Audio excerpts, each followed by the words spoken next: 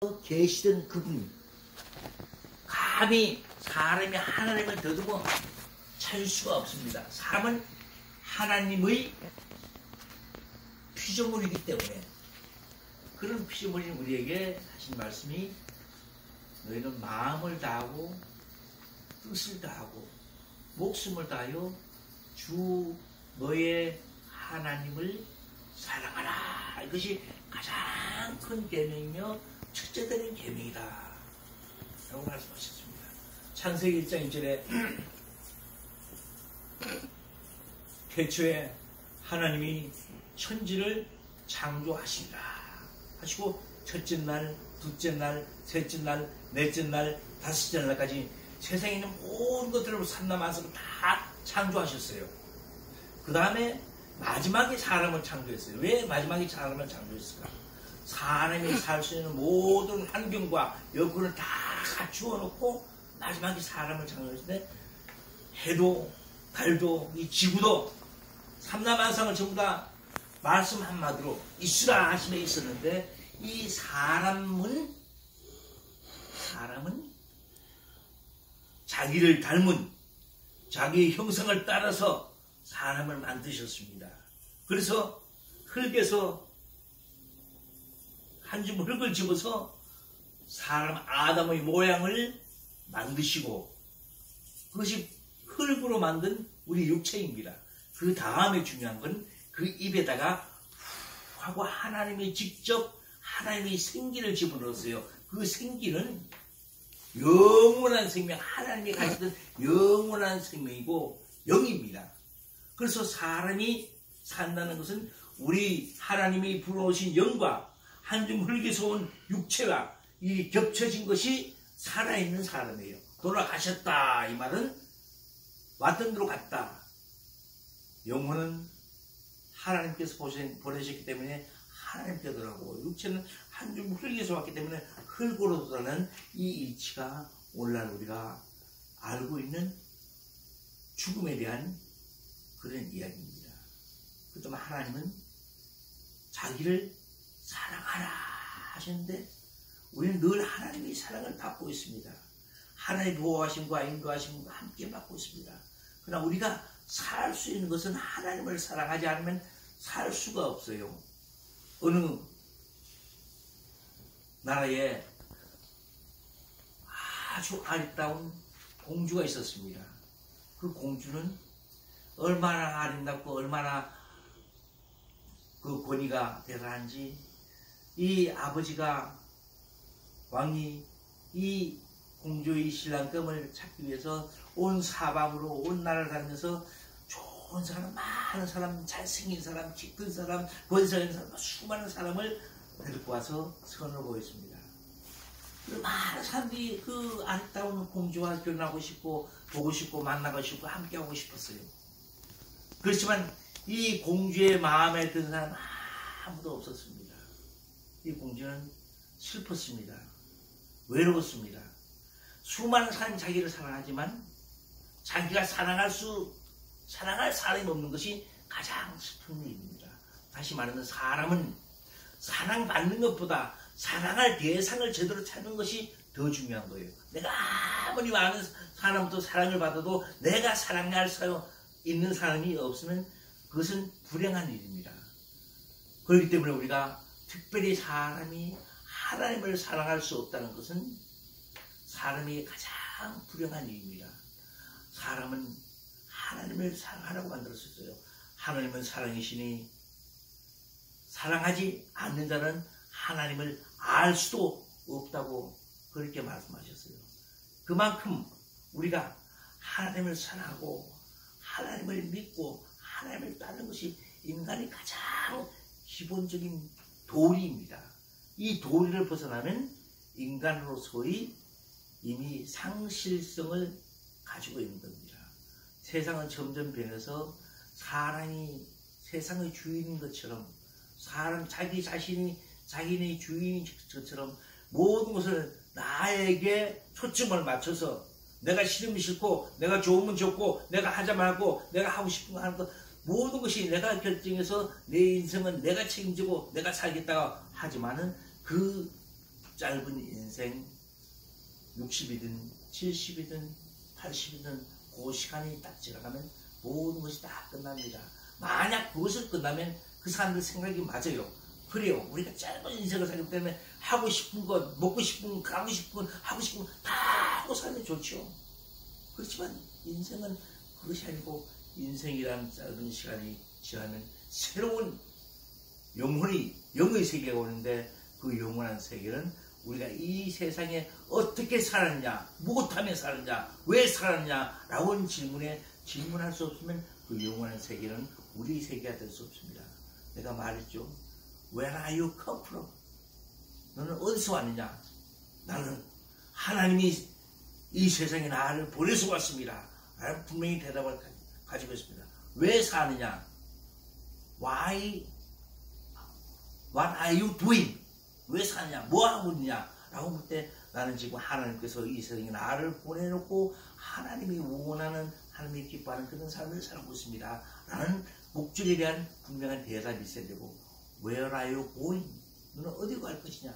나는 나를 지으신 하나님께서 때가 되면 나를 데려가시기 때문에 하나님이 지금 그날로 갑니다. 라는 분명한 대답을 가지고 있어야 됩니다.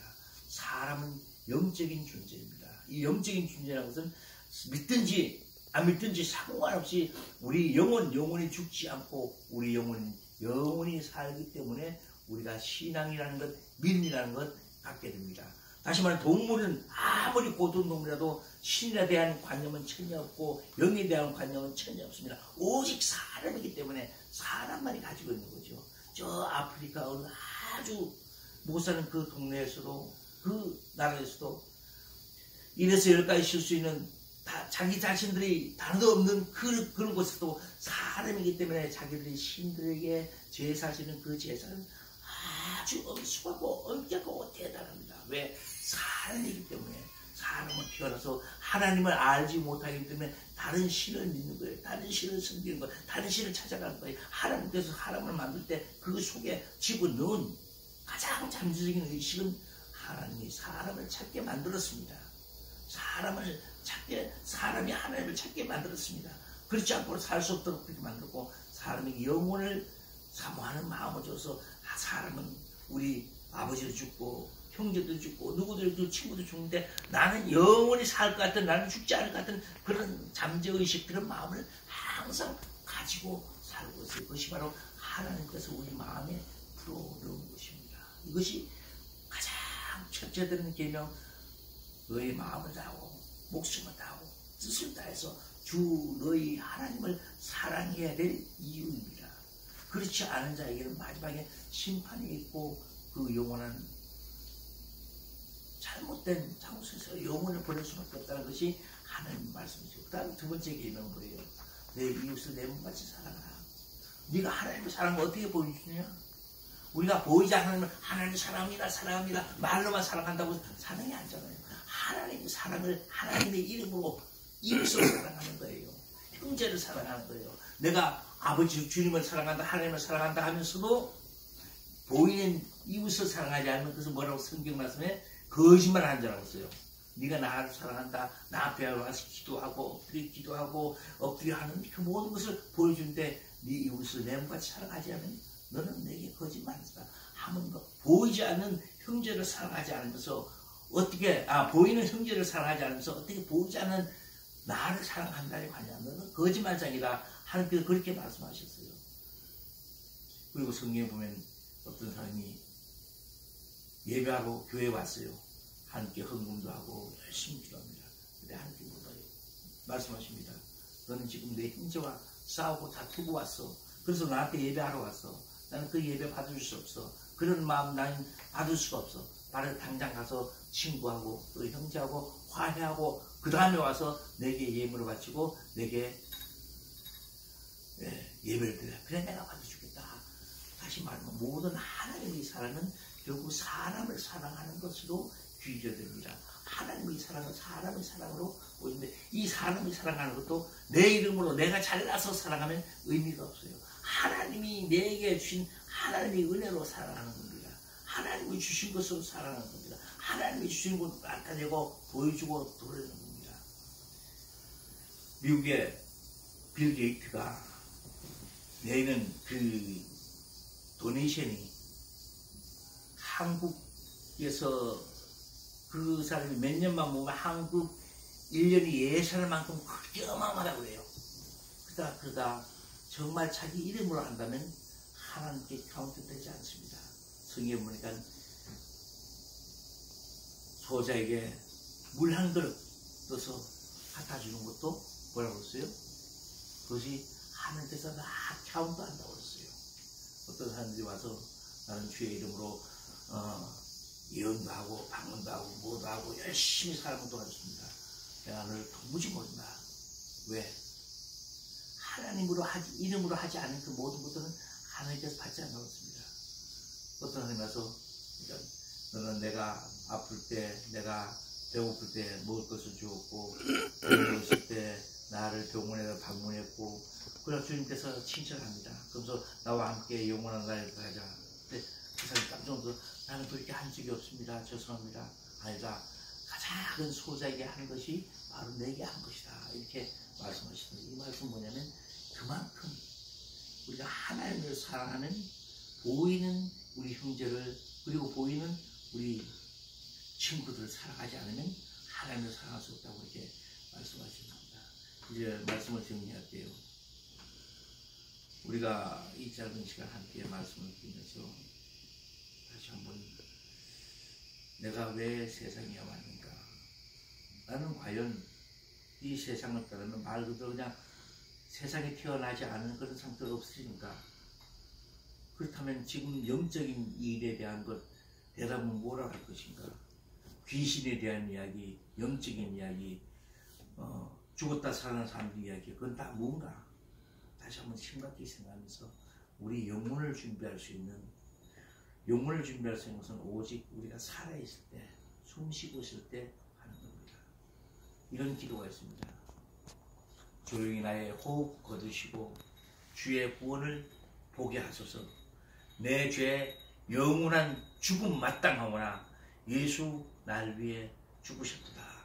이 마지막 세상을 떠나면서 한 이 짧은 시가 유럽에서 수많은 사람들이 죽기 전에 예수를 영접한 그런 시가 되었다고 그래요. 다시 말해서 우리가 마지막 날 주님 앞에 갔을 때 적어도 내가 주의 이름으로 한 일들, 내가 하는 일 아무도 없습니다. 다만 내가 예수 그리스도를 믿는 믿음으로 구원받은 나는 죄인입니다. 그러나 죄인인 나를 위해서 예수님께서 이 세상에 오셔서 십자가 위에 못 박혀 죽으시고 그가 살을 찌시고 그가 피를 흘리셔서 나를 구원하셨습니다. 그 사실을 내가 믿고 인정하고 내가 따르겠습니다. 바로 그 고백과 함께 우리가 세례를 받고 하나님의 자유를 얻을 수 있습니다. 비록 내가 이제 미국을 들어가도 우리 형님, 그냥님 부부 그리고 우리 형수하고